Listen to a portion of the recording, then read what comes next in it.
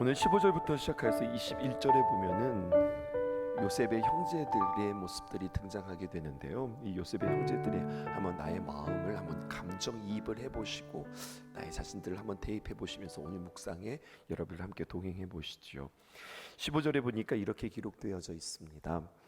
요셉의 형제들이 그들의 아버지가 죽었음을 보고 말하되 요셉이 혹시 우리를 미워하여, 혹시라고 하는 말이 있어요. 혹시 우리를 미워하여 우리가 그에게 행한 모든 악을 다 갚지나 아니할까? 혹시는 뭐뭐하지 않을까? 항상 이것이 짝이 되어지는 표현들이죠. 혹시 때문에 염려가 많습니다. 아직 일어나지 않은 일들에 대해서도 혹시 이러면 어떻게 되지? 라고 하는 우리들의 생각들이 있어요. 이러한 것들은요, 우리의 삶에 염려를 가져오기도 하고요, 이런 것이 우리의 삶을 위축시키기도 합니다. 여러분, 이러한 생각에, 혹시라고 하는 생각에 사로잡혀서 염려와 두려움이 우리에게 찾아오게 되어지면 우리에게 일어나는 많은 일들을 객관적으로 보지 못하고 오해하게 되어진다는 거예요. 곡해한다고 하죠. 해석을 굽어서 하게 되어진단 말입니다.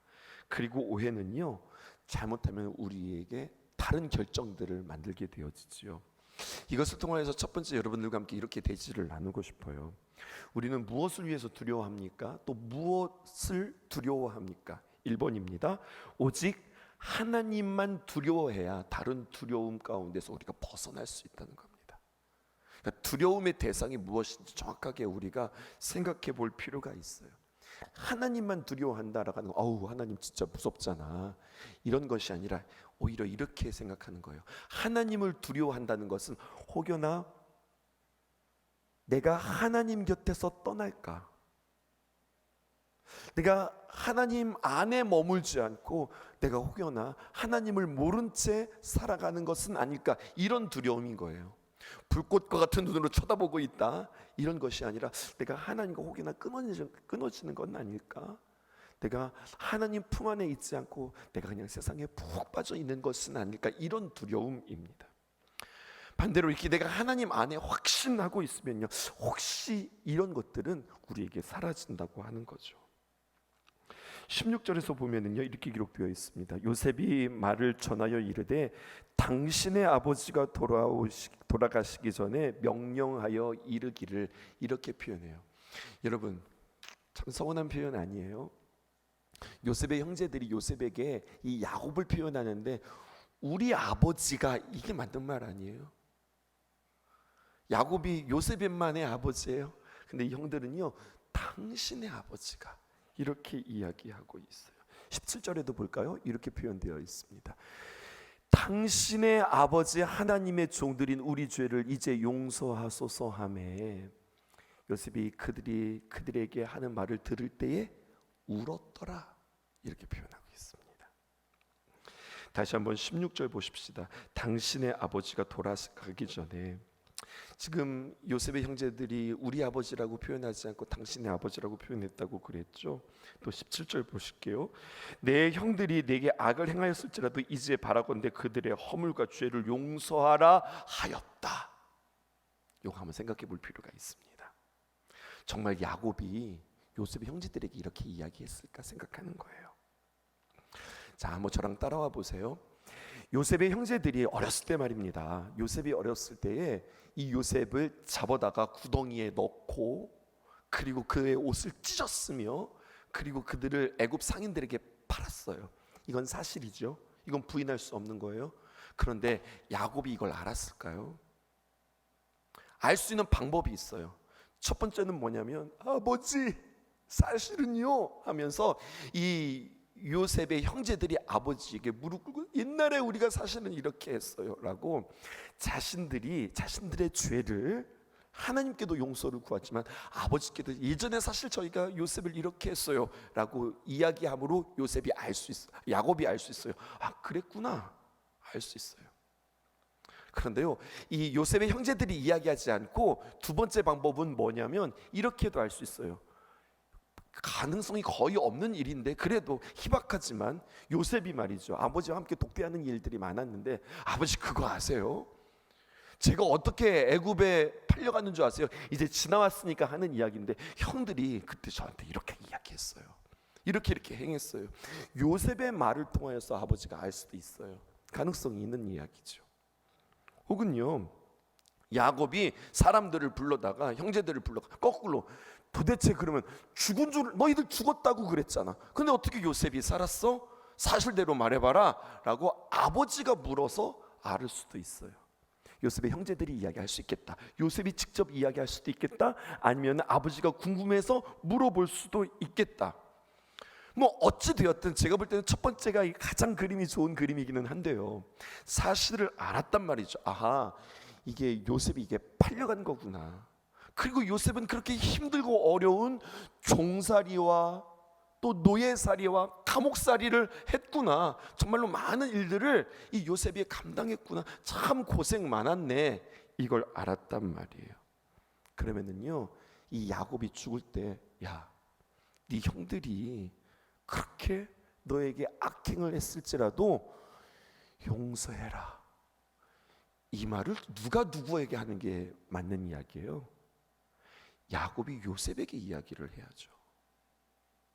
이 이야기를 왜 굳이 요셉의 형제들에게 이야기를 해서 요셉의 형제들이 이 이야기를 요셉에게 지금 이야기합니까? 이거 요셉에게 직접 이야기를 왜 이게 걸로 들어오냐고요.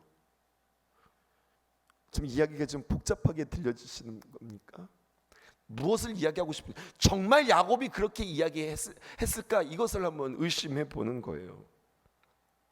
야곱이 어찌 되었든 이 사실을 알았을 때 요셉에게 용서해 줘라 라고 말하는 게 맞아요? 아니면은 형제들에게 야, 요셉한테 용서하라고 했다, 그렇게 말을 건네 듣는 게 맞아요? 17절 다시 한번 보십시다. 17절 한번 띄워보세요. 너희는 이같이 요셉에게 이르라 라고 야곱이 우리에게 얘기했었잖아. 아버지가 우리한테 이야기했어. 내 형들이 내게 악을 행했을지라도 이제 바라건대 그들의 허물과 죄를 용서하라 라고 이야기하셨었어.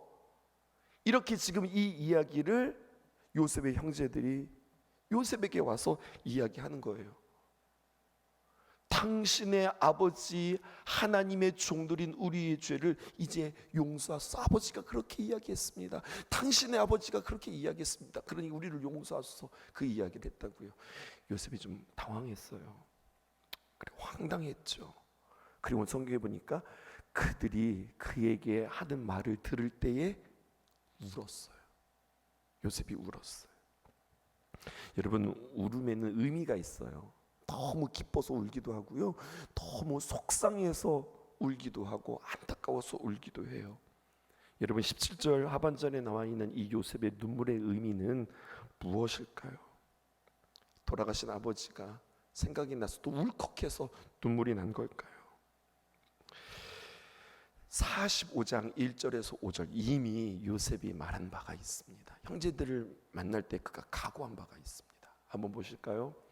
요셉이 시종하는 자들 앞에서 그 정을 억제하지 못하고 소리질러 형제들을 처음 만났던, 이제 형제들을 만났던 거예요. 그리고 이제 이 형제들이 용서하는 마지막 대목입니다. 모든 사람들을 자기에게서 물러가라고 하고 그 형제들에게 자기 자신을 비로소 알렸어요. 내가 요셉입니다 알렸어요. 그때 그와 함께한 다른 사람들은 없었더라. 그러니까 형제들만 다 모인 겁니다. 2절 창세기 45장 2절입니다. 띄워주시죠. 요셉이 큰 소리로 우니 애굽 사람에게 들리며 바로의 궁중에 들리더라. 또 여기서도 요셉의 눈물이 있어요. 가슴 벅찬 눈물이죠. 용서의 눈물이죠. 3절 보실까요? 요셉이 그 형들에게 이제 말합니다. 나는 요셉이라. 내 아버지께서 아직 살아계시니까. 형들이 그 앞에서 놀라서 대답하지 못하더라. 4절이요. 요셉이 형들에게 이르되 내게 가까이 오소서. 지금 계속해서 요셉이 주도하고 있습니다. 그들이 아무 말도 하지 못하고 가까이 가니 이르되 나는 당신들의 아우 요셉이니 당신들이 애굽의 판자라. 무섭죠. 그런데 5절 보세요. 당신들이 나를 이곳에 팔았다고 해서 근심하지 마소서, 한탄하지 마소서. 그는 뭐라고 이야기합니까? 하나님이 생명을 구원하시려고 나를 당신들보다 먼저 보내신 겁니다. 이것은 다 하나님이 하셨습니다. 당신들을 구원하고자 하는 하나님의 섭리입니다. 요셉은 지금 이렇게 생각하고 이렇게 해석하며 그들에게 이야기하고 있는 거예요. 요셉은요, 전에도 그렇게 말했고 그 마음은 변한 것이 없어요. 그리고 그 요셉의 형제들과 또 요셉이 아버지 야곱이 그 애굽으로 왔을 때 요셉은요 지극정성으로 아버지를 섬겼고 형제들에게 정말 잘해 주었어요. 게다가 애굽 바로도 선대해 주었죠. 이들이 와서 살면 계속해서 소비하는 거잖아요. 애굽의 총리로서 다 감당할 수 있어요. 하지만 바로가 배려해 줍니다. 어떻게 합니까? 자신들에게 있는 이 바로의 가축을 이 요셉의 형제들에게 너희들이 이 가축 좀 한번 돌보아라. 이렇게 하면서 그들에게 직업도 주었다고요. 애굽 땅에서 살게 해 주었습니다. 17년이라고 하는 세월 가운데 요셉은 진심을 쏟아서 그렇게 섬겼어요. 그런데 야곱이 죽자 또 그들은 두려워했다는 이야기예요. 18절에 형제들의 말을 한번 들어보십시다. 또 그의 형들이 친히 와서 요셉의 앞에 엎드려 이르되 우리는 당신들의 종이니이다. 형들이 악을 저질렀지만 이미 용서했고요, 하나님의 섭리라고 해석했고요. 요셉은 언제나 형들을 형님들로 대했지, 형이 나한테 그렇게 했지만, 형들이 나에게 그렇게 했지만 늘 형들로 대했지 단 한 번도 종으로 여겨본 적이 없어요. 요셉이 오히려 큰 머슴이었죠. 요셉이 오히려 더 큰 종이었죠. 아버지 섬기고 형제들을 다 섬겼거든요. 그런데 그 마음을 모르고 요셉이 얼마나 속상했을까요? 그런데 여러분, 이 이야기가 신약에 한번 그대로 대입되어져요. 그 유명한 탕자의 이야기입니다. 탕자는 한 명이 아니라고 그랬어요. 두 명이에요. 큰아들도 탕자예요. 누가복음 15장 29절에 보면은요, 우리말 성경에 이 큰아들이 아버지에게 하는 말 좀 보세요. 뭐라고 이야기하느냐? 둘째가 돌아왔을 때 막 승질을 내면서 그 아버지에게 하는 말이, 보십시오 아버지, 저는 여러 해 동안 아버지를 위하여서 종노릇했고 무슨 말씀이든 어긴 적이 없었습니다. 아버지, 저는요 아버지 집에서 종노릇했다고요. 저는 종이었습니다. 아버지가 이 이야기를 듣는 거예요. 나 자기 집에서 아버지 밑에서 종으로 살았다는 거예요. 아들로 산 게 아니라 이 아들이 뭐라고 이야기해? 종으로 살았다는 거예요. 이 이야기를 들은 아버지의 마음은 어땠을까요? 여러분, 사랑을 이해하지 못하고 함부로 말하고 오해하고 곡하는 거지요. 우리에게도 적용해 볼까요? 하나님이 우리에게 어떤 하나님이세요? 우리가 하나님 앞에 정말로 하나님이 귀한 자녀의 권세를 가지고 하나님 앞에, 하나님이 나를 그렇게 사랑해 주셨는데, 그렇게 잘 대해 주셨는데, 하나님께서 나에게 그렇게 귀한 사랑을 베풀어 주셨는데 나는 그 앞에서 내가 누구인지 모르고, 요셉이 정말로 17년 동안 지극정성으로 살폈고 아버지가 둘째만 사랑했어요? 아니잖아요. 큰아들도 참 사랑한 거잖아요. 지금 탕자 이야기하는 거예요. 근데 그 마음을 몰라주는 이 마음에 오늘 성경에 보니까 요셉이 울었더라, 그렇게 이야기하고 있어요. 요셉의 눈물을 통하여서 우리는 하나님의 눈물을 보고 우리 예수님의 눈물을 보는 거죠. 내가 하나님 앞에서 자녀로 살아갔는가, 아니면 종으로 살아갔는가, 아니면 너의 자식으로 살아갔는가. 하나님과 나와의 관계들을 한번 생각해 볼 필요가 있습니다. 여러분, 진심이 그래서 잘 통하는 것 같아요? 잘 통하지 않는 것 같아요? 의외로 진심은요 잘 통하지 않는 것 같아요. 진심이 통한다면 여러분, 그건 참 다행인 거예요. 진심은 잘 안 통해요. 그러면 어떻게 될까요? 서운하죠. 근데 여러분, 오늘 이 말씀을 통해서 이렇게 적용해 보면 어떨까요? 진심이 안 통하면 서운한 게 아니라 그럴 수 있다, 이런 큰 마음, 성숙한 마음 여러분들에게 있기를 원하고요. 진심은 통하는 거에 의미가 있으면 참 좋겠지만 아니요, 그럼 서운해요. 진심은 통하는 것이 아니라 진심은 내가 갖는 것이 더 중요하겠다. 내가 진심이면 된다. 여러분, 이러면 됩니다. 진심이 통하기를 기대하기보다 이게 진심이 안 통할 수도 있으니까, 만약에 통한다면 럭키한 거예요. 정말 행운이고 이거 감사한 거. 야, 내 마음을 알았어? 당신이 내 마음을 알았어요? 너무 감사한 일이다. 당연한 일이 아니라 이건 너무 감사한 일이에요. 통하지 않는다 할지라도 내가 그냥 진심이 내 안에 있으면 돼요. 또 예수님 이야기해 볼까요? 예수님의 진심이 제자들에게 통했습니까? 아니요, 안 통했어요. 여러분, 예수님이요 금식보다 힘든 게 있었습니다. 예수님도 금식하셨잖아요. 근데 예수님이 금식보다 더 힘든 게 있었어요. 그게 바로 뭐냐면 예수님이 세리와 죄인들과 함께 밥을 먹는 거, 이거 금식보다 사실은 더 힘든 거예요. 근데 예수님은요 정말로 그들을 사랑하는 마음으로 예수님의 진심이었거든요. 근데 그 마음을 헤아리지 못하고 그 주변 사람들이 뭐라고 이야기하느냐, 이렇게 수군덕거리는 거예요. 요한의 제자들도 금식하고 바리새인들의 제자들도 금식하는데 어떻게 당신은 금식하지 않고 당신들의 제자들은 금식하지 않습니까? 이렇게 이야기하는 거죠. 그러면서 예수님 보고 하는 말이, 예수는 술을 탐하는 자라, 먹기를 탐하는 자라. 예수님의 진심도 모르고, 예수님이 정말로 먹을 게 없어가지고 먹고 싶은 사람들이 없어서 죄인들과 함께 먹고 세리들과 함께 먹습니까? 예수님의 진심은 뭐예요? 그들을 사랑하고자 하는 마음이었잖아요. 근데 그 마음을 몰라주는 거죠. 그러므로 우리가 이렇게 적용하는 거예요. 진심은 갖는 것이 의미가 있다라고 하였으니 내 안에 진심이 있는가, 내 안에 순전함이 있는가, 순수한가 내 마음이. 내가 내 마음을 뭔가를 가졌을 때 어떤 의도가 있는 건 아닌가, 어떤 목적이 있는 건 아닌가, 어떤 정치가 있는 건 아닌가, 내가 이렇게 하면은 이렇게 되는 거 아닌가, 뭔가 내 마음대로 이렇게 끌고 가는 나의 의도가 있는 것은 아닌지 함께 생각해 볼 필요가 있겠습니다. 19절 말씀입니다. 함께 마지막으로 보시죠. 요셉이 그들에게 이르되 두려워하지 마소서, 내가 하나님을 대신하리이까. 여러분, 이거 참 멋진 말이에요. 지금 요셉이 속상하잖아요. 내 마음도 모르고 진짜. 내가 지금 형님들을 내가 어떻게 대했는데, 참 서운한 말이에요. 그런데 요셉 보세요, 지혜로워요. 역시 고난을 통과한 사람답게 행동해요. 두려워하지 마소서. 형들이 그렇게 엎드려서 이야기하는데, 형들 진짜 너무한 거 아니에요? 내 마음을 그렇게 몰라? 진짜 형님들 솔직히 이야기해볼까? 아버지가 형님들에게 용서하라고 그렇게 이야기한 거예요? 형님들이 무서우니까 그렇게 지금 이야기하는 거 아니에요? 팩트를 우리 한번 알아볼까요? 이렇게 이야기하지 않고 형들을 빨리 안심시키기 위해서 뭐라고 이야기하느냐, 두려워하지 마소서.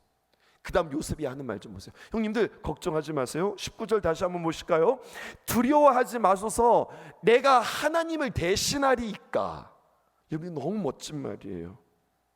내가 함부로 어떻게 정죄하고 심판한단 말입니까? 내가 어떻게 하나님을 대신한단 말입니까? 자, 오늘로써 우리는 창세기가 끝나요. 창세기를 끝나면서 성경은 우리에게 명확하게 두 가지의 사람을 우리에게 대조하고 있습니다. 창세기가 시작하면서 창세기 3장에 보면 원조 복음이 나오는데, 사람이 죄를 지어요. 어떻게 죄를 짓습니까? 아담과 하와가 하나님을 대신한 것 때문에 문제가 됩니다. 자신들이 하나님의 노릇하려고 그러는 거예요. 그래서 죄가 들어온 거예요. 그런데 오늘 창세기의 마지막, 하나님께서 이들을 섭리하시고 하나님께서 만지시고 그들 가운데 역사하자, 하나님을 대신하려고 하지 않는 사람 요셉을 우리는 만나게 되어지는 거예요. 아담과 그리고 요셉이 대조되어지고 있습니다. 나는 아무것도 아니에요. I'm somebody. 나는 어떤 사람일런지도 몰라. 나 이 정도 되는 거 아닌가? 이게 아니라 I'm nobody. 나는 아무것도 아니에요. 나는 주님 앞에 도구일 뿐입니다. 하나님께서 우리 가족을 구원하시기 위해서 하나님께서 사용한 도구일 뿐입니다. 나는 아무것도 아닙니다라고 지금 요셉이 고백하고 있어요. 여러분, 이러한 고백, I'm somebody, 내가 어떤 사람은 아닐까? 이게 아니라 I'm nobody, 나는 아무것도 아닙니다라고 고백할 수 있는 사람이 하나님 앞에 쓰임받을 수 있어요. 나는 주님 앞에 진짜 아무것도 아닙니다. 나는 주님 앞에 도구일 뿐이외다. 내가 어떻게 하나님을 대신할 수 있겠습니까? 이렇게 이야기하는 거죠. 그러면서 뭐라고 이야기합니까? 두려워하지 마소서, 두려워하지 마소서. 그렇게 이야기해요. 퀴즈 내볼게요. 여러분, 성경에서 두려워하지 말라, 누가 제일 많이 말씀하셨던 것 같으세요? 성경을 보니까요, 하나님이 제일 많이 말씀하세요. 하나님이 누구보다도 두려워하지 말라 이야기해요. 창세기 15장 1절에 보니까요, 하나님께서 아브라함에게 뭐라고 말씀하시냐면 이렇게 말씀하세요. 창세기 15장 1절에 있는 말씀입니다. 띄워주실까요? 그 후에 여호와의 말씀이 환상 중에 아브라함에게 이르시되 아브라함아 두려워 말라. 나는 내 방패요 너의 지극히 큰 상급이라. 아브라함에게 나타나셔서 두려워하지 말라라고 한 말이 이 부분뿐만 아니라 참 많은 부분에 두려워하지 말라고 이야기하셨어요. 창세기 26장 24절 보실까요? 이렇게 기록되어 있습니다. 그 밤에 여호와께서 그에게 나타나 이르시되 나는 내 아버지의 하나님이니. 누구에게 이야기하시냐면 이삭에게 이야기하는 거예요. 두려워하지 말라. 내 종 아브라함을 위하여 내가 너와 함께 있어 복을 주어 내 자손이 번성하게 할 것이라. 낙심하고 두려워하는 이삭에게 오셔서 하나님께서 말씀하세요. 하나 더 보실까요? 46장 3절 야곱에게 나타나셔도 하나님이 이르시되 나는 하나님이라 내 아버지의 하나님이니 애굽으로 내려가기를 두려워하지 말라. 내가 거기서 너로 큰 민족을 이루게 하리라. 야곱에게도 말씀하셨던 하나님이에요. 하나님이 아브라함에게, 이삭에게, 야곱에게, 또 요셉에게도 말씀하셨던 그 하나님은 우리에게 말씀하세요. 여러분, 믿음의 반대말이 뭐라고 그랬죠? 두려움이라고 그랬어요. 두려움의 반대말이 자부심 아니면 두려움의 반대 용기, 이게 아니라 믿음이라고 그랬어요. 그럼 우리는 이렇게도 표현할 수 있어요. 믿음이란 무엇인가? 믿음의 동의어 두려워하지 않는 것. 내 안에 믿음이 있다. 이것은 무엇으로 알 수 있는가? 두려워하지 않는 것. 이게 믿음이에요. 나는 예수님을 믿는다고 하면서 왜 이렇게 많이 두려워하지? 이건 무슨 뜻이냐면 내 안에 믿음이 작아졌다는 이야기예요. 이것들 통하여서 우리 자신들을 한번 점검해 보았으면 좋겠습니다. 함께 기도 제목 여러분들께 나눌게요. 첫 번째입니다. 첫 번째 대지가 무엇이냐면 오직 하나님만 두려워해야 다른 두려움에서 벗어날 수 있습니다. 그렇게 여러분들과 나누었죠. 이렇게 기도 제목을 삼아 보았습니다. 두려움에 사로잡혀서 좁아진 시선과 마음으로 하나님, 내가 오해하지 않게 해주세요. 하나님, 내가 객관적으로 볼 수 있는 눈을 하나님께서 주세요. 두 번째입니다. 진심이 통하기를 기대하기보다 내 안에 진심이 있기를, 진심을 갖기를 열망하십시오. 여러분들에게 이렇게 이야기합니다. 기도 제목 띄워보실까요? 내 안에 의도함이 없는 진심과 순전함을 점검하게 하소서. 내가 뭔가 이렇게 의도해서 이런 것이 아니라 그냥 순수하게 사랑하고 순수하게 돕고 하나님이 좋아서 또 그를 사랑해서 난 더 이상 뭐 없다, 이런 나의 순수함을 주님 앞에 기도할 수 있었으면 좋겠고요. 세 번째입니다. 내가 어떤 사람이 아니라 내가 아무것도 아님을 할 때 쓰임받을 수 있다. 여러분들에게 말씀드렸죠. 이렇게 기도해 보면 어떨까요? 기도 제목입니다. 하나님 앞에 도구임을 알고 하나님, 내가 하나님만 의지하게 하옵소서. 기도하는 저와 여러분들 되었으면 좋겠고, 이렇게 창세기가 맞춰졌어요. 참 재미있게, 참 행복하게 우리가 걸어갔는데 내일부터는 이제 우리 구약에서 또다시 한번 신약으로 넘어가 하나님 어떤 말씀이 좋을까요? 이 책을 만들면서 준비하다가 하나님께서 우리에게 행하셨던 사도행전, 여러분들과 함께 또 차곡차곡 걸어가는 귀한 시간들 되어질 것입니다. 기도하겠습니다.